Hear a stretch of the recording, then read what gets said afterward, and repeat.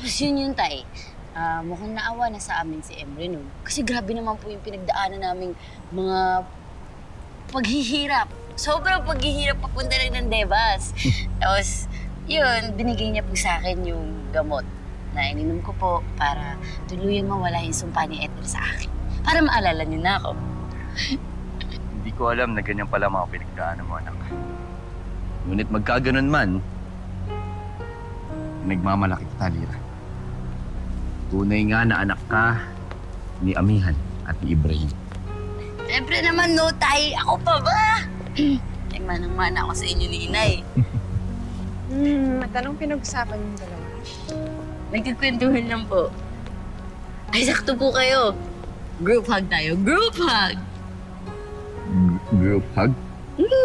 Sige, lapit sa'yo. Miss ko na kayo yakapin pareho.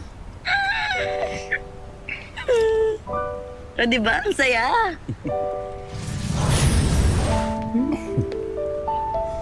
Okay, wait. Gusto ko kiss niyo ako sabay. Dali. Kiss niyo ako sabay. Dito. Halikan? Halikan. Oo, halikan.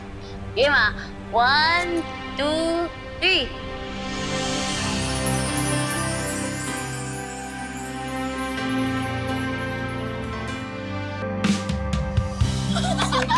Mira!